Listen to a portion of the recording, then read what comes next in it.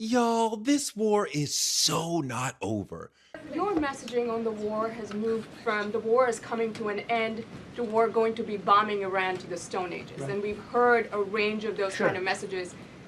So which is it? Are you winding this down? Can't tell you. Or are you escalating I can't tell it? you. I don't know. I can't tell you. Depends what they do. This is a critical period. They have a period of, well, till tomorrow at 8 o'clock. I gave them an extension. They asked for an extension of 7 days, right? I said, Steve, give them 10 days. 10 days is up actually today, so I gave them 11, I guess, indirectly. I thought it was inappropriate the day after Easter.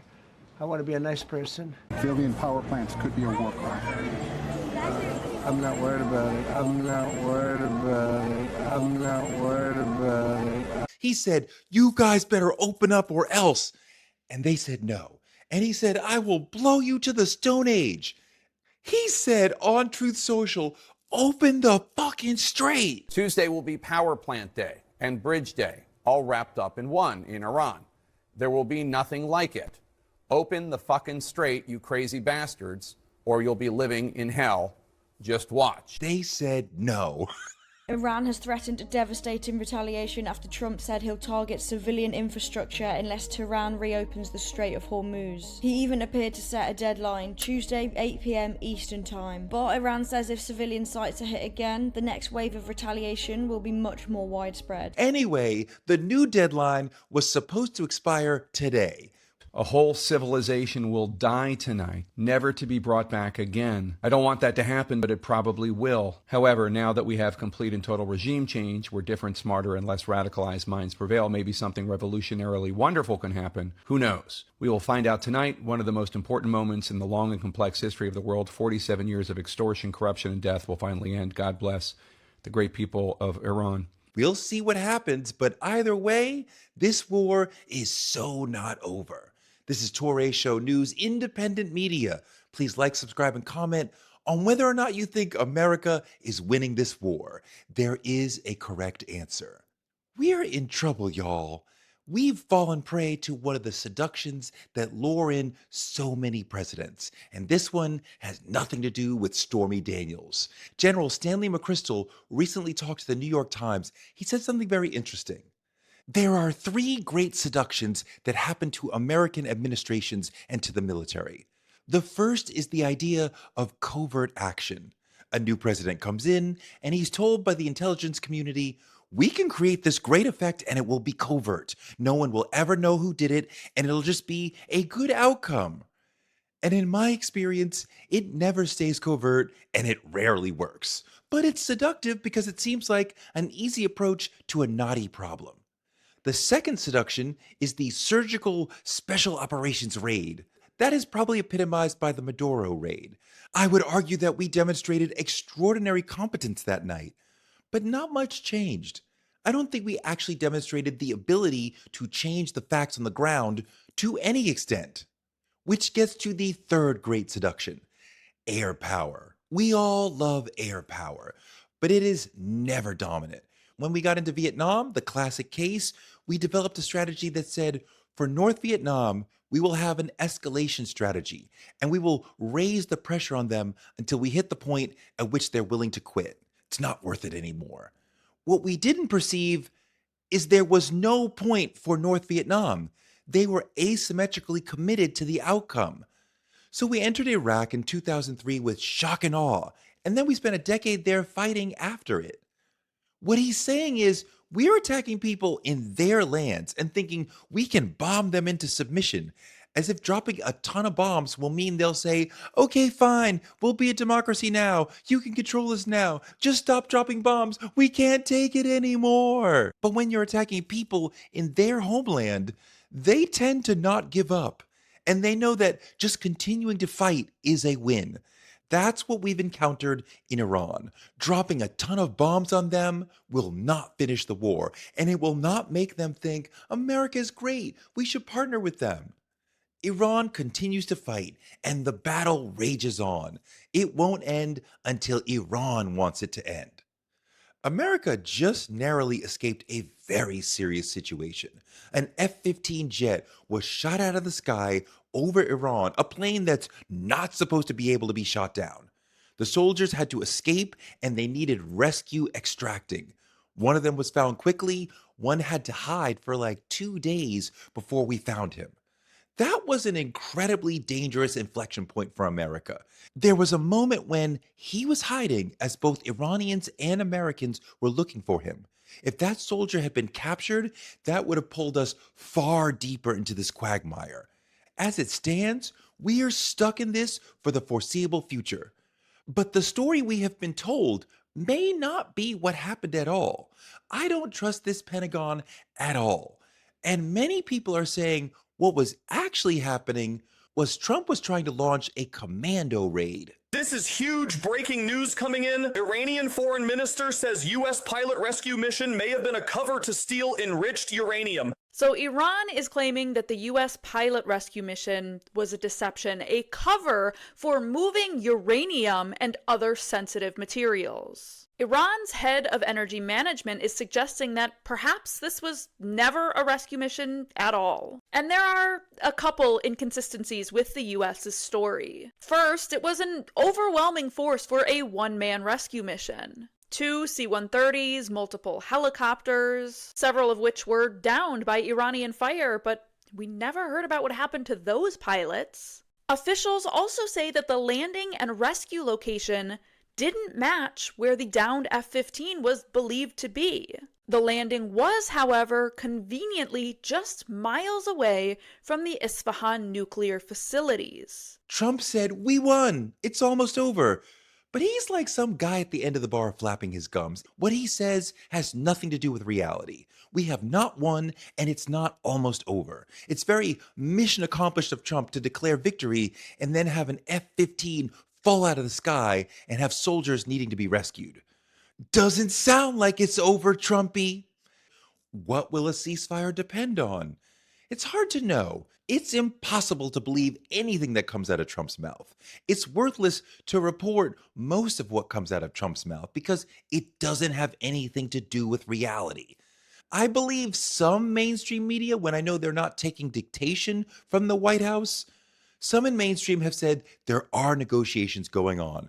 Pakistan, Egypt, and Turkey are mediating. It took all of them to get Iran to the table. They say Iran is negotiating from a position of power. Well, I would imagine so. Iran wants to keep fighting, and Trump wants this to end.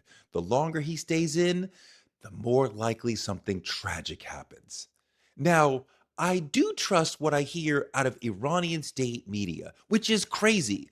But I'm saying when the Iranians talk about themselves and what their demands are, I believe them. Trump loves to talk about what other people said or did, and I know all of that is lies. Every president said, many of them are saying be off the record and they're saying behind the scene, they should have done this a long time ago. For 47 years this has been going on, and every one of those presidents should have done it. And actually, as you know, off the record, they're doing it off the record because they haven't got the courage to say it. Those presidents are giving me a lot of credit. But when Trump talks about anything, we know we can't believe anything. So how can I report words that I know are probably not true? Iranian state media, which is more trustworthy than Trump, wants us to know that Iran wants a permanent end to the war, not a ceasefire. Sources with knowledge of the negotiations say this is a key sticking point. Iran wants no more war ever, and America and Israel demand the right to attack Iran whenever they want. Iran says, no, because you've attacked us twice in 2 years. How about leave us alone? America's like, Israel's not going to let me do that. I believe that America's government genuinely wants to keep Iran from having nuclear weapons. But America's intelligence community has told them Iran is not close to getting nukes. So this wasn't really about nukes. It was more about overall military degradation of Iran, because that's what Israel wanted. Iran also demands in the negotiation an end to the war in Lebanon and in Palestine. They see all these struggles as interconnected. Also, a senior Iranian official said the Strait of Hormuz will not be reopened to America until Iran is fully compensated for war damages. Suddenly, I think Iran is more likely to get reparations from the American government than black people. Damn. Now, this Trump comment is worth repeating because it is news. He said if they don't make a deal, they will have no bridges and no power plants. We have a plan, because of the power of our military, where every bridge in Iran will be decimated by 12 o'clock tomorrow night, where every power plant in Iran will be out of business, burning, exploding, and never to be used again. I mean, complete demolition by 12 o'clock. And it'll happen over a period of 4 hours if we wanted to. We don't want that to happen. Guys, that's a war crime. Bridges and power plants are civilian structures, and you can't attack civilian structures. You also can't attack because a negotiation failed. Of course, Trump promising to do war crimes is nothing compared to Trump doing war crimes, which he has done, and he gets to do because America is the most powerful country in the world, and we can do whatever we want, and no one will stop us. So Trump can promise war crimes and do war crimes, and nothing happens. But they're still war crimes. But even in a world where Trump can commit war crimes with impunity, Iran is still not losing. We haven't changed their leadership. We haven't stopped their ability to strike militarily. We all can see now that American air dominance can only accomplish so much. It cannot finish the job. The Council on Foreign Relations writes, "This has shown that the United States is incapable of destroying Iran's nuclear or missile programs, even when it operates alongside Israel and with the financial and logistical support of its Persian Gulf partners. These programs are simply too entrenched and too dispersed to be bombed away." It also shows how superfluous America is in the region. Again, from the Council on Foreign Relations. For the region, meanwhile, the war proves that trying to outsource or purchase security from the US is a losing strategy. For years, Arab countries have believed that they could safeguard themselves by paying the US to establish military bases in their territories. Meanwhile, they largely rejected Iran's offers of regional security arrangements, including multiple plans over the decades for the coastal states of the Persian Gulf to establish a regional security arrangement. The Arab states thought such proposals were unnecessary because when push came to shove, America would help them manage relations with Iran and protect them from any regional conflict. But instead, the US decided to start bombing Iran despite their verbal and, for some, sincere objections, and use its bases on their territory to carry out its campaign, as anyone in their right mind should have expected. As a result, Arab countries have become theaters of war, which is exactly what they wish to avoid. So never again will Arab countries think the US can protect them. When Iran was firing at our bases in other countries, they weren't just firing at us now. They were eating away at our ability to have bases in the Gulf ever. The countries that we protected may no longer want us there. So the war that was supposed to be a quick surgical attack has metastasized into something that will change our relationship with this crucial region forever. We have won all the battles, but we are not winning the war. Thank you for watching. Please like, subscribe, and comment.